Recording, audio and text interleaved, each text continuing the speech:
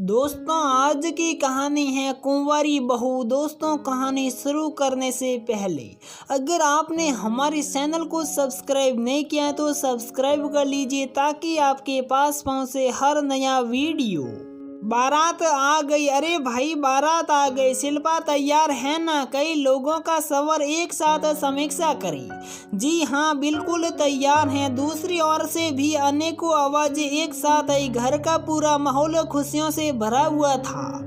सभी अपने अपने ढंग से सोचकर प्रश्न हो रहे थे। कोई साला बनने पर तो कोई ससुर होने पर, कोई सास तो कोई साली। इसी तरह सभी एक नए रिश्तेदारी जुड़ने पर अपनी अपनी खुशी अपने अपने तरीके से प्रकट करने में लगे हुए थे। शिल्पा आज पराई होने जा रही थी। इसके साथ ही एक अन्य घर की लक्ष्मी स्वरूप बहू शिल्पा बारात आ गई। देख तो हमारे जीजाजी कैसे हैं। कुछ सखियों ने छेड़छाड़ की। धत शिल्पा शर्मा गई, लेकिन शर्माते हुए भी दिल के एक कोने में अपने होने वाले पति तुषार को देखने की साथ ने शिल्पा को खिड़की तक आने पर विवश कर दिया। शिल्पा ने शर्माई नजरों से देखा तो ठग सी रह गई। कद काटी ऐसी की देखने वाला उसे देखता ही रह जाए, और गोराई इतनी की कोई गाल पर अंगुली भी लगा दे तो लाल हो जाए। ऐसी सुंदर जीवन साथी पाकर वो सारा दिन कब और कैसे गुजर रहा पता ही नहीं चला। लेकिन हुआ इसका उल्टा। शायद उसके तकदीर में कुछ और केवल लिखा था।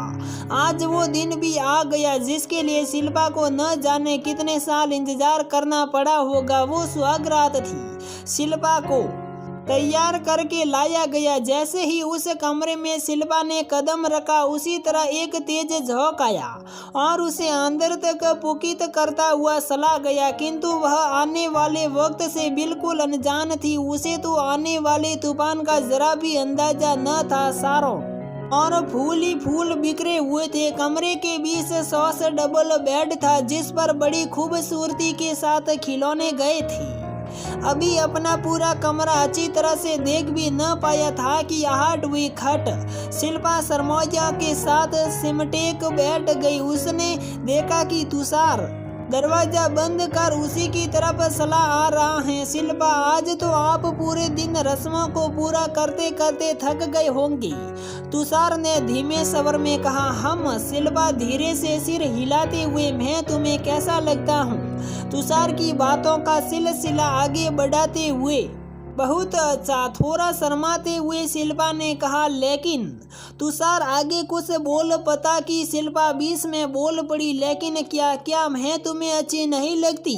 नहीं ऐसी बात नहीं है। मैं तुमसे कुछ कहना चाहता हूँ। एयर कूल्ड रूम होने के बावजूद भी तुषार के माथे पर पसीने की बूंदें उभरती हुई आई। क्या बात है? मुझे यूं अनूप पहेली न बूझिए। शिल्पा घबराहट को छुपाते हुए, शिल्पा मैं तुम्हें शायद कभी भी पत्नी का दर्जा नहीं दे पाऊंगा क्योंकि मैं एक लड़की से प्यार करता था, लेकिन घर वालों ने जबरदस्ती मेरी शादी तुम्हारे साथ करवा दी। अब तुम ही दिखाओ मैं क्या इनकार करूं।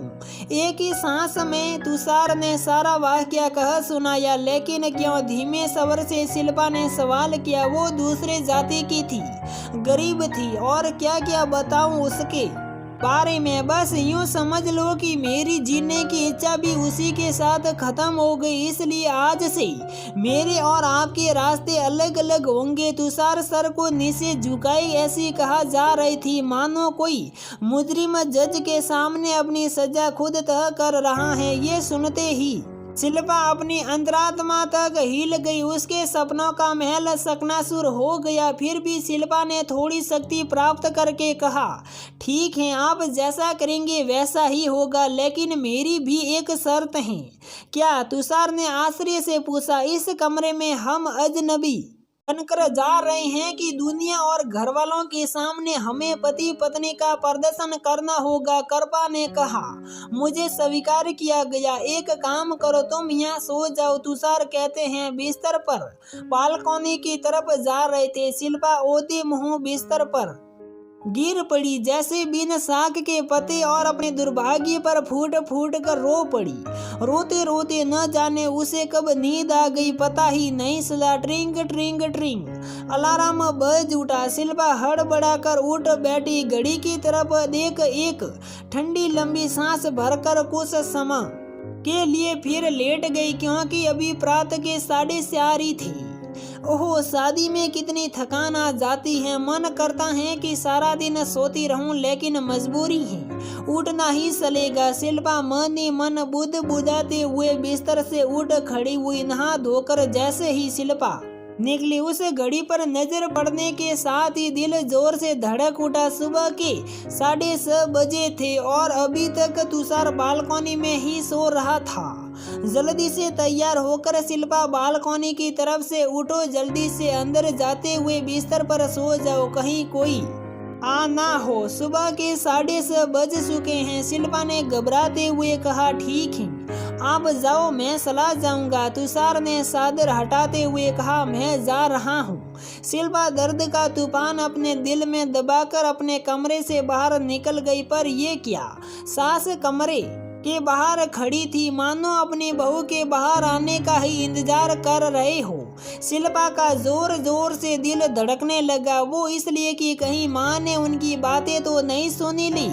इसी सोच मात्र से शिल्पा का चेहरा पीला पड़ गया। अभी उसकी सास की मधुर आवाज उसके कानों में पड़ी। बड़ी जल्दी नहा धोकर तैयार हो गई बेटी। हाँ माँ, शिल्पा कहती हैं। सास के पैरों की तरफ झुक गई।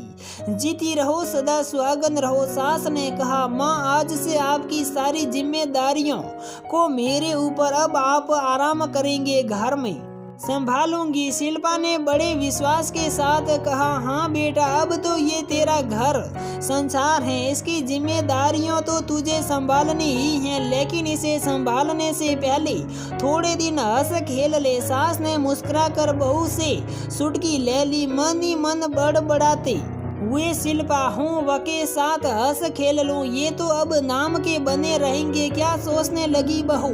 सास बहू को मौन देखकर कुछ नहीं माँ। शिल्पा शर्माने का प्रदर्शन करते हुए रसोई की तरफ बढ़ गई।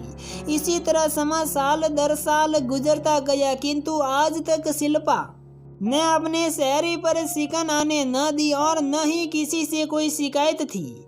बहू देख, तो तुझसे कोई मिलने आया है, सास ने आवाज दी है। अरे अंजलि, तुम इस शहर में, आओ आओ। तुम्हें कैसे मालूम हुआ कि मेरा ससुराल इस शहर में है। शिल्पा आश्चर्य व्यक्त करते हैं, आपका घर गया था तब पता चला। अंजलि ने कहा, आओ ना बैठो, ये मेरा कमरा है। शिल्पा कमरे को निहारते हुए, बहुत सुंदर ढंग से सजा है यार, क्या ये जीजाजी की तस्वीर है। अंजलि ने उत्सुकता से पूछा, हाँ अब वह खाने आने वाले भी हैं। शिल्पा ने कहा, क्या SMS हैं, तू तकदीर वाली हैं, जिसे इतना सहने वाला मिला। और एक मेरा देखना, अपने व्यापार से ही उसे फुर्सत नहीं मिलती। जब देखो आज इसकी मुलाकात तो कल उसकी मुलाकात, बस इसी तरह हमारी जिंदगी गुजरती है। जली अपनी ही धुन में कहे जा रहा था। काश शिल्पा के दिल की व्यथा समझ पाती, तब उसको पता चलता है कि शिल्पा का दुख उसके दुख से कई लाख गुना अधिक है। खट खट खट, लो वो आ गई। शिल्पा कहती है कि कमरे से बाहर चली गई। मेरी एक सहेली आई है, हम दोनों एक ही कॉलेज में पढ़ते थे, प्लीज उससे मिल लो। शिल्पा ने अनुरोध किया था, आप तो इसके बारे में पहले मुझे कभी नहीं बताया। तुषार शिकायताती लहजे में शिल्पा मन ही मन बड़बड़ाते हुए, आपने मेरी सुनी ही कब होगी, क्या सोचने लगी। तुषार ने शिल्पा की आंखों के आगे चुटकी बजाते हुए, हूँ कुछ नहीं, चलो कमरे में बैठी हैं। रसना ने कहा, लो अंजलि, ये तुम्हारा जीजा जी हैं। शिल्पा तुषार की तरफ इशारा करते हैं, हेलो, आपसे मिलकर बड़े खुशी हुई। आपके आने से पहले ही शिल्पा ने आपके बारे में बहुत कुछ बता दिया था, बाकी आपको मिलकर पता चल जाएगा। क्या, तुषार घबराते हुए पूछा। ये कि आप बहुत ही खुश मिजाज व्यक्ति हैं। यकीन मानिए कि जीजा जी, आप लोगों की शादी के 5-5.5 साल बीत गए, पर आज भी आप लोगों का प्यार एक जिंदा दिली की मिसाल है। क्यों ठीक है ना? अंजलि ने आंखें मटकाते हुए कहा। हाँ हाँ क्यों नहीं, आखिर क्यों भी हैं तो तुषार अभी अपना वाक्य पूरा कर भी नहीं पाया था कि अंजलि 20 मैं ही बोल पड़ी। एक दूसरे के जीवन साथी, इसके साथ ही सभी की एक साथ हंसी गूंज उठी। लेकिन उस हसीन वातावरण में कोई ऐसा नहीं था जो बता सके या समझ सके कि तुषार और शिल्पा की हंसी बुटोकली थी। अच्छा मैं चलती हूँ, बहुत देर हो गई, मुझे अभी मार्केट में भी कुछ काम है, आप लोगों के साथ समय का पता ही नहीं चला। मुस्कुराते हुए अंजलि घर से निकल पड़ी। माँ 4 बज गए, मैं भी जा रहा हूँ, तुषार ने कहा। ठीक है बेटा। बहू हाँ माँ, शिल्पा ने सास के पास आते हुए कहा। तुषार चला गया। जी, शिल्पा ने कहा। आ बैठ। सास ने अपने पास बैठने का इशारा किया। माँ रामायण के बारे में आऊं? शिल्पा ने कहा। आज रामायण सुनने के लिए नहीं बुलाई, कुछ और कहने के लिए बुलाई हूँ, स ने प्रश्नवाचक मुद्रा में कहा। जी, शिल्पा घबराते हुए। सुन, हम तेरी शादी को पूरे 5.5 साल हो गई, अब जल्दी से घर के आंगन में एक खूबसूरत सा फूल खिलाने दे, ऐसा अपनी अभिलाषा को जताते हुए। माँ इतनी जल्दी भी क्या है कोई? शिल्पा पूरा बोल भी न पाया था कि सास ने 20 में ही बात काटते हुए कहने लगी। हाँ हाँ, तू तो हमेशा की तरह ये कहने वाली है ना कि कोई ज्यादा समय थोड़ा ही बीता है। अब तो मेरे कान तरस गए ग्रैंड सुनने को। पता नहीं इस जीवन में तुषार के बच्चे को देख भी पाऊंगी या नहीं। सास ने एक लंबी टेढ़ी सांस भरते हुए माँ, शिल्पा के माँ शब्द में इतना दर्द था कि वह बता नहीं सकती। कैसे बताती कि उसका बेटा आज तक उसे पत्नी का दर्जा दिया ही नहीं। जब वो इस घर में दुल्हन बनकर आई थी तब उसके साथ भी कई सपने थे, जोत के महलों की तरह ढह गए। वो भी साथी थी कि उसे भी कोई माँ कहकर बुलाए, लेकिन सास के अरमानों को न साथे हुए भी वो टूट रही थी, क्योंकि वो खुद एक जिंदा लाश बनकर रह गई थी। रात को खाना क्या बनेगा? श्वेता बोली टालते हुए। आज फिर हमेशा की तरह बात गई हो गई। समा मानो पंख लगाकर उड़ने लगा और इस तरह शिल्पा की शादी की 8-9 साल गुजर गई। किंतु इन 9 वर्षों में शिल्पा के मन मस्तिष्क में अंतर्द्वंद होता है। कई बार सोचती है कि मैं क्यों ना अपने अधिकार के लिए लड़ूं, क्यों मैं ये अन्याय सहूं, इसमें मेरा कसूर भी क्या था? अगर उनका जीवन नहीं और तब इसमें मेरी क्या गलती थी? क्या वह मेरी जिंदगी क्यों बर्बाद की? इस तरह न जाने कितनी बार शिल्पा टूटती और बस्ती में चली गई। कई बार फूट फूट कर रोने लगती हैं, रोती नहीं तो क्या करती भी हैं, अपना दर्द कहती भी तो किससे? होने को तो उसके अपने सभी थे, किंतु कहने के लिए अपना कोई न था। मानो शिल्पा अंत रूप से टूट गया हो, लेकिन बाहरी रूप से आज भी खंड की भांति खड़ी थी। जो कब कब हो उसे खुद को नहीं मालूम था। तभी बहू शिल्पा, सास ने आवाज लगाई। हाँ माँ, रसना ने कहा। आज जाकर मैं तुम्हारे साथ उसी डॉक्टर के पास चलूंगी जिसका इलाज तुम दोनों सालों से करवा रहे हो। आखिर अब तक मेरी बहू की गोद में क्यों नहीं हुआ? जा रहे हैं, जल्दी जा रहे हैं, का ने शिकायती लहजे में कहा। चलती हूँ। शिल्पा घबराते हुए सोचने लगी। माँ मैं आपको किस डॉक्टर के पास ले जाने जा रहा हूँ? नहीं कर सकता, माँ को कुछ नहीं होने दूंगी। माँ मैं धड़ाम। अभी शिल्पा आगे कुछ सोच पाती कि अचानक बेहोश होकर जमीन पर गिर पड़ी। बहू तुझे क्या हो गया है? कुछ बोलती क्यों नहीं? कहीं मैं दादी तो नहीं बन रही हूँ? कहती हुई फोन पर नंबर डायल करने लगी। हेलो डॉक्टर अशोक बोल रहा हूँ। दूसरी ओर से डॉक्टर साहब, मैं तुषार की माँ बोल रही हूँ। मिसेज डॉक्टर अशोक जी को जल्दी घर भेजिए, मेरी बहू की अचानक तबीयत बिगड़ गई है। सा कहती हुई वापस कमरे की तरफ लौट गई। कुछ समय के बाद डॉक्टर मिसेज अशोक आ पहुंची और आते ही कहा, तुम्हारा बहू कहाँ है? कमरा में। कमरा की तरफ इशारा करते हुए, उनके कुछ टेस्ट करवाने होंगे, आप अगले दिन मेरे पास लेकर आ जाइए। 2 कहा गया है। अगले दिन सभी टेस्ट होने के बाद केवल सास के सामने आपकी बहू की शादी में कितने साल हो गए? डॉक्टर परेशान की मुद्रा में 9 साल। स ने कहा, इसके साथ आप लोगों ने किन परिस्थितियों में शादी की थी? डॉक्टर ने कहा, क्यों डॉक्टर? सास ने असमंजस में पूछा, बात बहुत गंभीर है, शायद आप सुन नहीं पाएगी। डॉक्टर शुद्धता व्यक्त की गई घटनाएं हुई। प्लीज डॉक्टर, मैं सुनने की हिम्मत रखता हूँ, क्या मैं कभी दादी नहीं बनूंगी? सास ने अपनी आशा व्यक्त की, संभवतः ऐसी स्थिति हमेशा बनी रही। तो डॉक्टर ने कहा, कैसी स्थिति? सास ने कहा, क्या तुम कुछ भी नहीं मालूम? यही तो तुम्हारा बहू है, आज तक कुंवारी ही है। डॉक्टर आश्चर्य होता है क्या?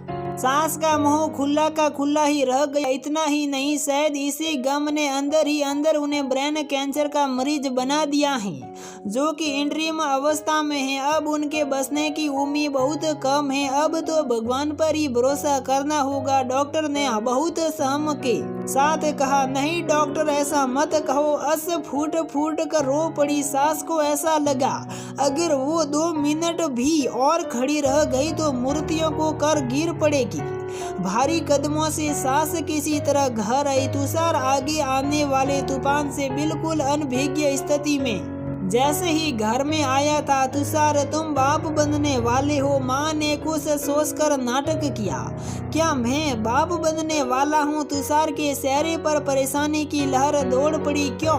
तुझे सुनकर खुशी नहीं हुई कि तू 9 साल के बाद बाप बनने वाले हो? माँ खुश होने का प्रदर्शन करते हुए हाँ क्यों नहीं। तुषार कहते हैं कि जल्दी से कमरे की तरफ जाते हैं। शिल्पा कमरे की सफाई कर रही थी कि तुषार के तीव्र स्वर उसके कानों में पड़ गई। शिल्पा जी। शिल्पा कांपते हुए, क्योंकि आज इतने सालों में पहली बार तुषार इतना जोर से उस पर गुस्सा हुआ था। ये क्या सच है कि आप माँ बनने वाली हो? तुषार लगभग सीखते हुए, क्या मैं? हाँ, आप इतना नीचे गिर जाओगी, मैं सोच भी नहीं सकता था। तुषार अपने ही धुन में कहा जा रहा है, आप क्या बोल रहे हैं? मुझे कुछ समझ में नहीं आ रहा है। शिल्पा बोलती हुई कांपती हुई, बहू तुझे समझने की कोई जरूरत नहीं है, समझ तो ये सही था। कमरे में प्रवेश करते हुए माँ तुषार घबराते हुए, मुझे सब कुछ पता चल रहा है। आज अगर डॉक्टर मिसेज अशोक से बात ना होती तो मुझे ये राज कभी पता न चलता। और माँ सिसक पड़ी। माँ तुषार विचलित हो उठा। तभी धड़ाम शिल्पा एक साथ दोनों सीखे उठी। बेटा जल्दी कर, ये ब्रेन कैंसर है, अस्पताल ले जा रहा है। माँ ने रोते हुए कहा। क्या? अस्पताल पहुंचने पर शिल्पा को तुरंत ऑपरेशन थिएटर में ले जाया गया, लेकिन कुछ समय बाद ही सॉरी, बहुत कोशिशों के बावजूद भी हम उन्हें बचा नहीं सकते। दरअसल ऑपरेशन टेबल पर लिटाने से पहले ही उनके दिमाग की नसें फट चुकी थी। डॉक्टर निराशा जताते हैं, नहीं शिल्पा, मुझे माफ कर दो, तुम्हारा दोषी मैं हूँ, मुझे सजा दो। जो भी सजा दोगी मुझे स्वीकार किया गया है, लेकिन माँ को सजा मत दो। तुषार कहते हैं। बच्चों की भांति फूट फूट रो पड़ा तुषार। अब किससे माफी मांग की जा रही है? उसकी लाश से आप सजा उसे सारा जिंदगी दी और माफी क्षण भर में चाहती हैं? नहीं, अभी नहीं। आप सब जिंदगी भी पश्चाताप के आंसू बहाओगे तो आप भी क्षमा के योग्य नहीं हो। वह मेरे घर की बहू थी, लक्ष्मी मेरी बेटी थी, लेकिन कभी उसने अपने दिल का दर्द किसी को नहीं सुनाया। मेरे घर में वह बनकर आई बहू थी, लेकिन गई बनकर भी तो क्या, कुंवारी बहू। दोस्तों, अगर आपको ये कहानी पसंद आती है तो प्लीज वीडियो को लाइक करें, शेयर करें और कमेंट करना ना भूलें और चैनल को सब्सक्राइब करना।